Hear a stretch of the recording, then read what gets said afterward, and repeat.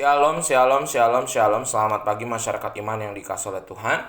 Kita bersyukur hari ini boleh kembali dibangunkan dan akan menjalani kehidupan kita dengan percaya bahwa kita sebagai anak-anak Tuhan harus tetap jadi terang sekalipun di tengah-tengah kegelapan dunia.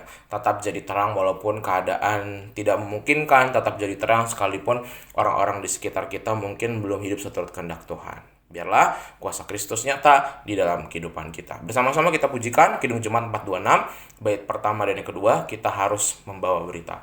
Kidung Jemaat 426, bait pertama dan yang kedua, kita harus membawa berita.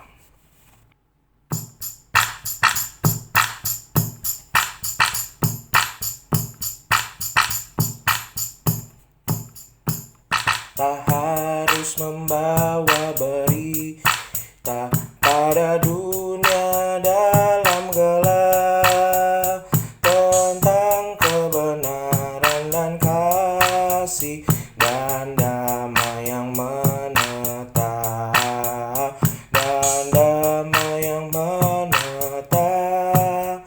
Karena gapai remang pagi dan remang jadi siang terang, kuasa Kristus dan nyatalah ramani dan cemerlang.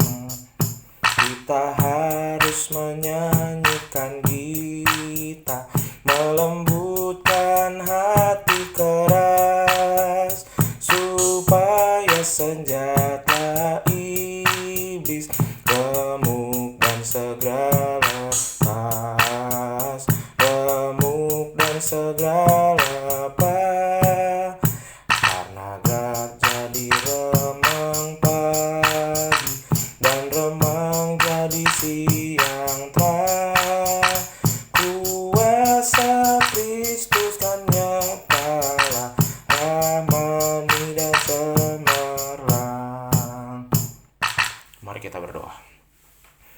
Ya Tuhan, kami bersyukur bahwa hari ini kami boleh kembali bersama-sama menjadi pemberita-pemberita kasih Tuhan, diberikan kesempatan untuk boleh menjalani hari, boleh berkarya, dan mampukan kami sebelumnya boleh bersama-sama datang di hadapan Tuhan, biar firman-Mu menerangi hati dan pikiran kami. Kami serahkan, hanya di dalam nama-Mu kami berdoa dan bersyukur. Amin.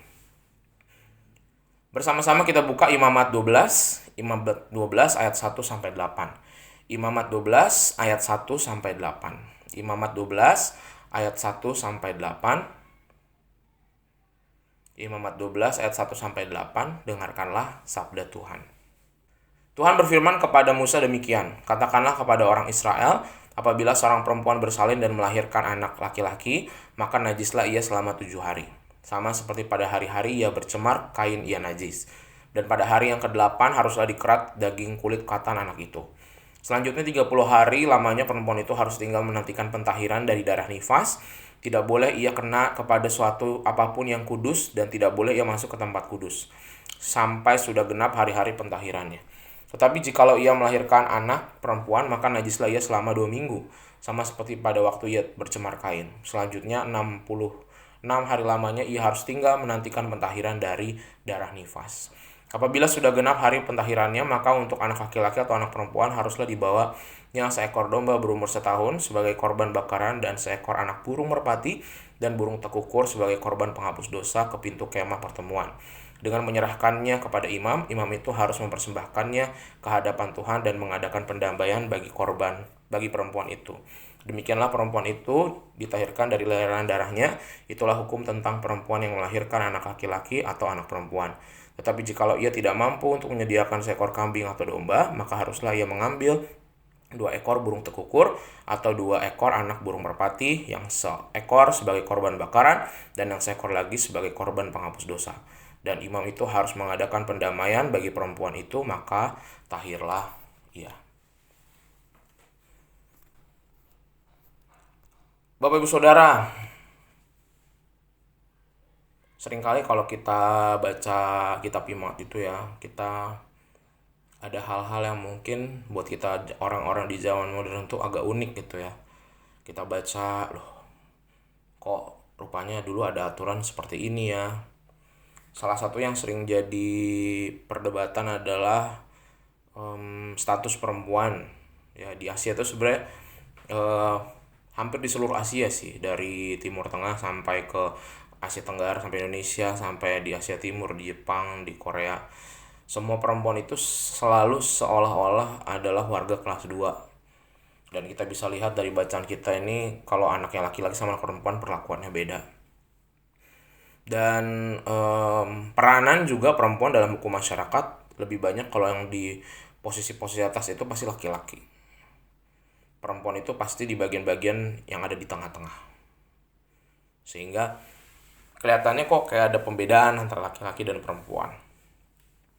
Tetapi dalam bacaan kita ini kita melihat bahwa sekalipun ada pembedaan itu, tapi Tuhan menyediakan aturan khusus untuk memikirkan bagaimana cara memperlakukan rekan-rekan perempuan. Melalui Musa, Tuhan mengatur bagaimana menghargai seorang perempuan. Tuhan mengatur bagaimana cara memperlakukan ibu dan anak yang baru lahir, memberikan informasi bagaimana apa yang harus dilakukan, jika anak yang lahir laki-laki bagaimana, anak-anak perempuan bagaimana. Jadi terlepas buat laki-laki sama perempuan beda itu, tapi tujuannya sama, yaitu supaya mereka sama-sama dikasihkan ruang, ibaratnya untuk punya istirahat, untuk bukan hanya karena najisnya, tapi fokusnya adalah biar si ibunya bisa istirahat. Jadi lewat peraturan ini kita bisa melihat bahwa Allah memperlakukan laki-laki dan perempuan mungkin beda, tapi tujuannya tetap sama, yaitu untuk memberikan penghargaan waktu kepada si ibu yang melahirkan. Nah, aturan dan hukum dalam perjanjian lama bukanlah dilihat sebagai beban, tetapi sebagai tindakan Allah bagaimana memelihara kehidupan umatnya. Jadi menghargai satu sama lain itu jadi satu bagian yang penting. Nah, Bapak Saudara, bagaimana dengan kita? Apakah hari ini kita bisa menghargai orang lain? Jangan cuma kita minta dihargai, tapi kita juga harus menghargai. Saya udah menghargai, tapi kok saya nggak dihargai? Nah, itu berarti kita masih belum tulus menghargainya. Kalau kita menghargai dengan tulus, sekalipun kita diperlakukan tidak baik sama orang, nggak masalah. Karena yang punya sifat menghargai itu adalah kita. Seolah-olah kalau kita menghargai orang lain yang untung. Enggak. Justru yang untung kita. Karakter menghargai itu, karakter terhormat itu ada di kita. Karena kita selalu menghormati orang lain. Beda sama orang yang pura-pura menghormati orang lain, tapi sebenarnya dia enggak. Sehingga sama-sama mari hari ini kita menjadi orang-orang terhormat. Sikap kita, kalau Tuhan aja tahu bagaimana menghargai laki-laki dan perempuan, kita juga sebagai manusia, sebagai umat, harus lebih tahu lagi. Tuhan aja yang sebagai Allah aja menghormati kita sebagai manusia. Apalagi kita menghargai sesama kita. Mari bersama-sama, nggak usah sibuk urus orang lain, kita fokus diri kita untuk terus jadi orang-orang terhormat. Tutur kata, sikap perilaku kita jangan seperti orang yang tidak kenal Tuhan. Tuhan mampukan kita untuk bisa bersikap demikian. Amin. Mari kita berdoa. Tuhan, terima kasih melalui firman-Mu hari ini kami belajar kembali bagaimana menghargai, bagaimana menghormati orang lain. Tuhan saja menghormati kami dengan memberikan ruang kepada ibu-ibu yang mau melahirkan. Tuhan bentuk tata caranya supaya perempuan ini dihargai. Nah, ajarkan kami juga untuk jadi orang-orang yang bisa menghargai. Tidak perlu kami sibuk mencari penghargaan dari orang lain. Sekalipun kami nggak dihargai, nggak masalah. Yang penting kami adalah orang-orang yang diajarkan sama Tuhan untuk tahu bagaimana menghormati orang lain. Kami serahkan ya Tuhan kehidupan kami hari ini, dan ajarkan kami dalam pekerjaan, dalam rumah tangga, dalam melayani kami bisa menghargai satu sama lain. Terima kasih Tuhan, dalam nama-Mu kami berdoa dan bersyukur. Amin. Selamat pagi, Tuhan Yesus memberkati, tetap bersemangat.